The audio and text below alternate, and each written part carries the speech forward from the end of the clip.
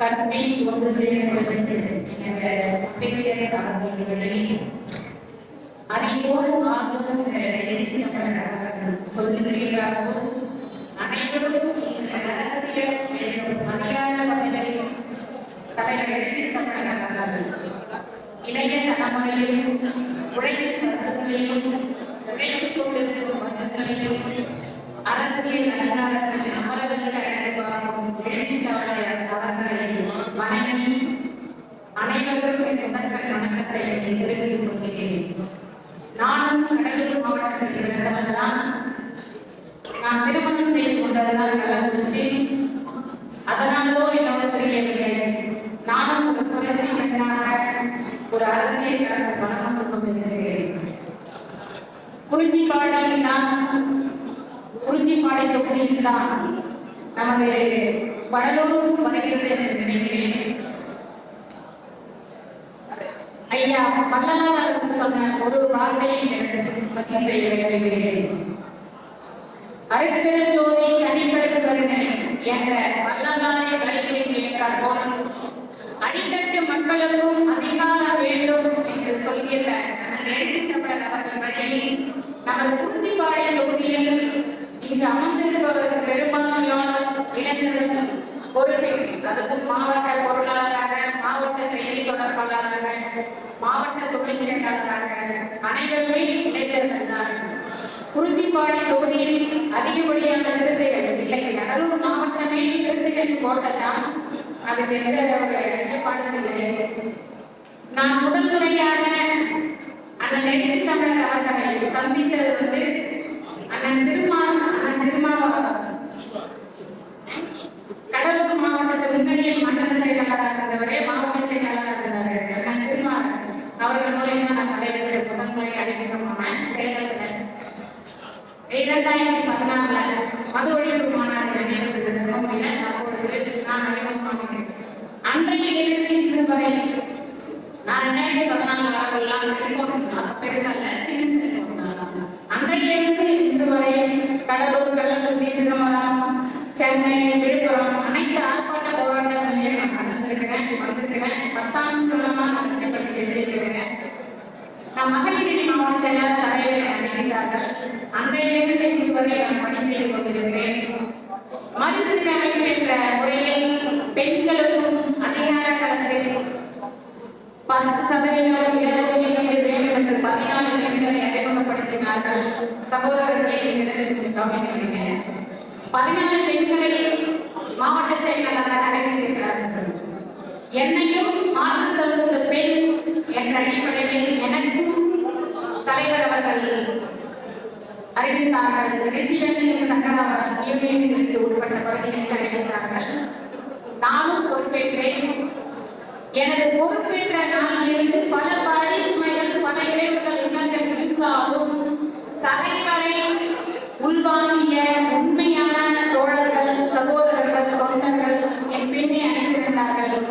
நான் வைத்த செயற்கை கூட்டத்திற்கு முதல் விருந்தினராக வந்தவர் கடலூர் துணைநிலை புரட்சியான நிறைய கட்சிகளை மக்களிடம் கிராமங்களுக்கு கொண்டு சென்ற இன்னும் எழுச்சி நாயகராக, எழுச்சி இளைஞராக திகழ கொண்டிருக்கும் நமது கடலூர் மேயர் அவர்கள் தான் முதல் அழைப்பாளராக வந்தார். அவர் வருவதற்கும் பல தடைகள் இருந்தார்கள். அதையெல்லாம் தாண்டி சிறப்பு அழைப்பாளராக வந்தார்.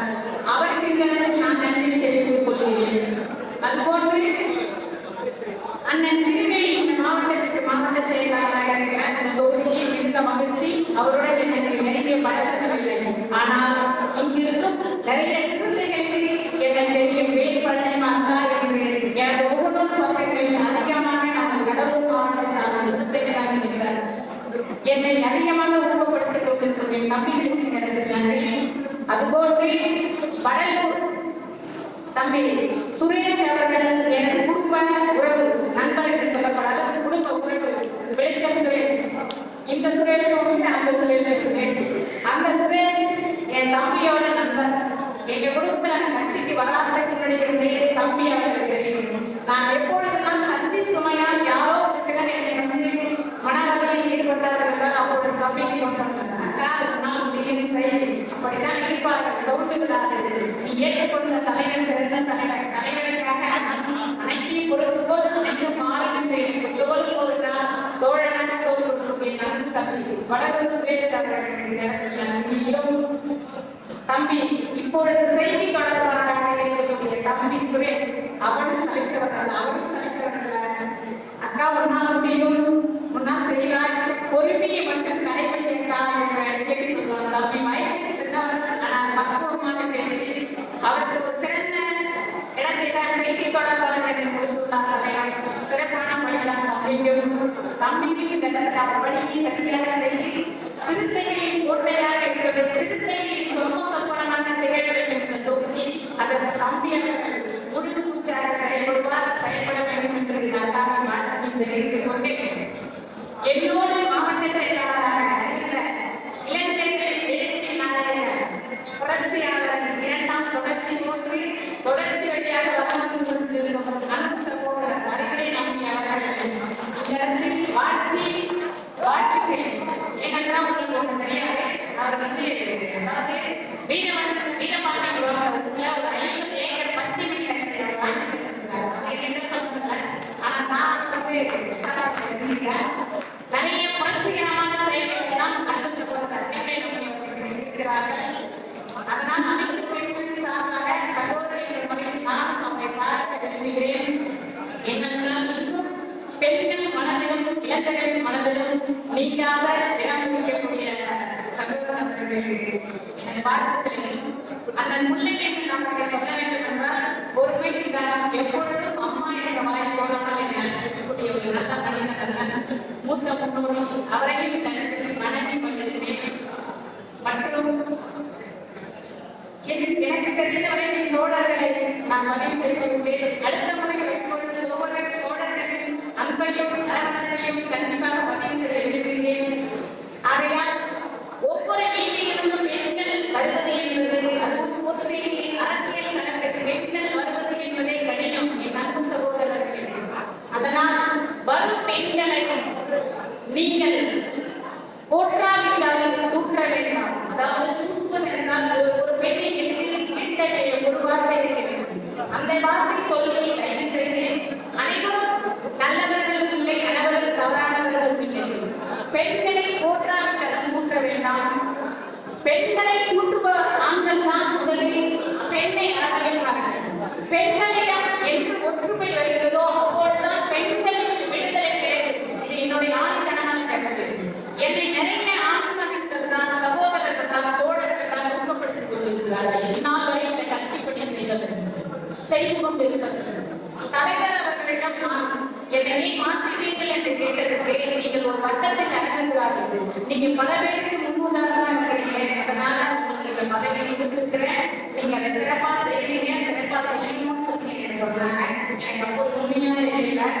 என்னை சுதந்திரமாக நிறைய நான் எப்பயுமே ஒரு கொள்கை எடுத்துருக்கேன்னா, ஒரு செயல்பாடு எடுத்துருக்கேன்னா முடிக்கணும்னு நினைக்கிறேன்.